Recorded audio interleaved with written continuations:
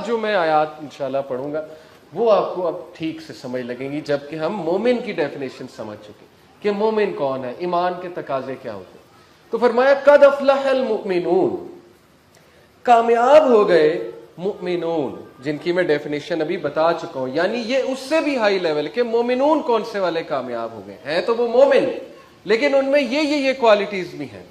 الذین هم فی صلاتہم خاشعون، there who during their prayers humbly they who are during their prayer humbly submissive، یہ وہ ہیں جو اپنی نماز میں خشیت اپناتے ہیں۔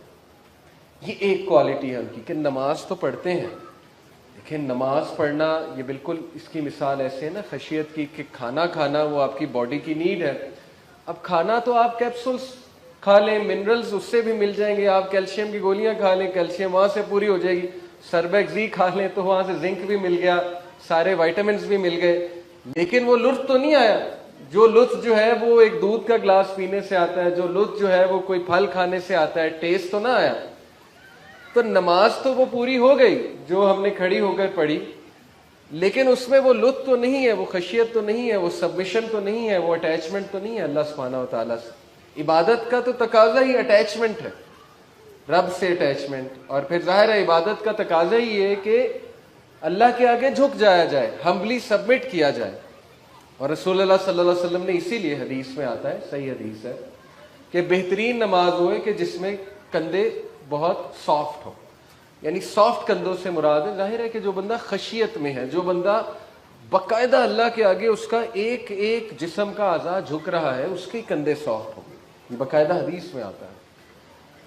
تو تعریف کی اللہ نے کہ یہ لوگ خشیت کے ساتھ نماز پڑھ، یہ بڑا مشکل کام ہے خشیت کے ساتھ نماز پڑھنا۔ ظاہر ہے کہ تھاٹس آتے ہیں، بہت سی چیزیں پلاننگ کرنے لگ جاتا ہے انسان نماز میں۔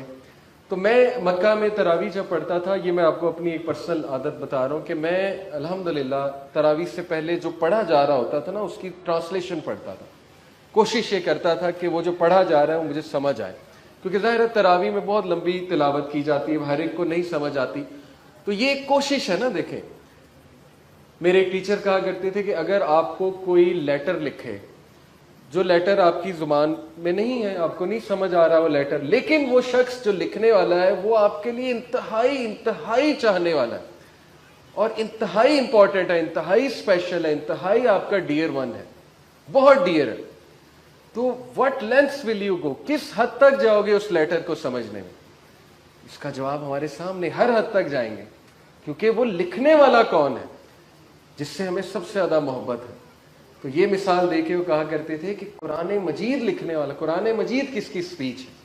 قرآن مجید کون جو ہے وہ اللہ کی سپیچ ہے، قرآن مجید جو ہے وہ سمجھنے کے لیے کس لینتھ تک آپ جاتے ہیں؟ یہ ایک سوالیہ نشان ہے۔ ٹھیک ہے ہماری زبان میں نہیں ہے، لیکن اس کا یہ مطلب نہیں کہ ہم ایفرٹ ہی نہ کریں اس کو سمجھنے میں۔ تو خشیت کا ایک پارٹ یہ بھی ہے کہ آپ سمجھیں وہ چیز جو آپ کہہ رہے ہیں، اس کی طرف توجہ لائیں، رکوع میں خصوصاً، سجدے میں جو ہم کہہ رہے ہیں۔ خشیت پھر ڈفرینٹ طریقے اس کے بتائے کہ آپ سنتیں جب پڑھتے ہیں اس میں مختلف سورہز پڑھیں، وہ سورہز یاد بھی کریں، مختلف طریقے۔ بہرحال نماز جو ہے یہ ایسی عبادت ہے کہ اس کے بارے میں چھوٹ نہیں ہے۔ دیکھیں روزہ بیمار ہے چھوڑ دیں، بعد میں رکھ لیں، میک اپ کر لیں، زکوٰۃ نہیں دے سکتے نہ دیں، حج کی استطاعت نہیں ہے نہ کریں، لیکن نماز تو فالج کا بھی اٹیک ہوا ہے تو سوال ہی نہیں پیدا ہوتا کہ نماز بندہ چھوڑ دے۔ میں نے خود ایک فالج کے مریض کو، 90 سال ان کی عمر تھی، تیمارداری کے لیے ہم گئے، میرے دوست کے ریلیٹو تھے، تیمارداری کے لیے گئے، فالج ہوا تھا، قریب انہوں نے ایک پتھر رکھا ہوا تھا، مجھے لگا کہ پتہ نہیں ہے تبرک کے لیے نہ رکھا ہوا پتھر، تو خیر وہ پتہ لگا کہ اس سے تیمم کرتے تھے، پتھر سے وہ ان کے ہاتھ لگواتا تھا لڑکا، اور وہ نماز پڑھ رہے تھے، اشاروں سے نماز پڑھ رہے تھے۔ الحمدللہ اللہ کی توفیق ہے تو نماز نہیں چھوڑی جا سکتی۔ سورہ معون میں اللہ سبحانہ و تعالیٰ نے کہا نا کہ الذین هم عن صلاتہم ساہون الذین هم یراؤون، یہ اس سے مراد ہے کہ وہ لوگ، ویل ہے ان لوگوں کے لیے، تباہی ہے، اللہ نے وعید کی، جو نماز کو فکس ٹائم سے ڈیلے کرتے ہیں، یہ ان کے لیے وعید ہے، ویل ہے، یعنی اتنی خطرناک پنشمنٹ ہے۔ ویل جہنم کی ایک وادی ہے جس سے جہنم بھی پناہ مانگتی ہے العیاذ باللہ، کہ ان کے لیے ویل ہے جو نمازوں کو ڈیلے کر رہے ہیں۔ سوچیں جو نماز ہی نہیں پڑھ رہا ہے اس کے لیے کیا پھر ہو، اس کے لیے کیا ویل ہے. اس لیے اس کو نہیں ترک کیا جا سکتا. اللہ کے نبی صلی اللہ علیہ وسلم نے کہا کہ ہمارے اور مشرکین کافر کے بیچ فرق کیا ہے؟ نماز، بس یہی تو فرق ہے. اسی سے تو مومن پہچانا جاتا ہے، یہی تو اللہ سے ملاقات کا ایک چانس ہے. تو میری خاص ریکویسٹ ہے اسپیشلی نوجوانوں سے کہ نماز کو نہ چھوڑیں، کچھ بھی کریں نماز کو ترک نہ کریں. امام شافعی نے کہا کہ رن اف یو کین، بھاگو اگر تم بھاگ سکتے ہو. واک اف یو کین، چل کر جاؤ اگر تم چل کے جا سکتے ہو. کرال اف یو کین، رینگ کر جاؤ اگر تم رینگ کر جا سکتے ہو. But never stop going to اللہ، بٹ کبھی بھی اللہ کے پاس جانے سے مت رکو. کچھ بھی کر کے پہنچ جائیں، حاضری دے دیں، یا اللہ میں آ گیا ہوں، یا اللہ مجھے توفیق دے. اللہ تعالیٰ مزید توفیق دیں گے. یقین کریں یہی کرکس ہے. بندہ خود ایفرٹ شو کرتا ہے، بیٹھے بیٹھے ایسے نہیں آ جاتی وہ ہدایت. بندہ کچھ اللہ کو دکھاتا ہے، کچھ ایفرٹ شو کرتا ہے، کوئی قربانی دیتا ہے، اور پھر اللہ مضبوط کرتا ہے. وَرَبَطْنَا عَلَىٰ قُلُوبِهِمْ إِذْ قَامُوا فَقَالُوا رَبُّنَا رَبُّ السَّمَاوَاتِ وَالْأَرْضِ. سورہ کہف میں آتا ہے کہ ہم نے ان کے دل مضبوط کر دیے. کب کیے؟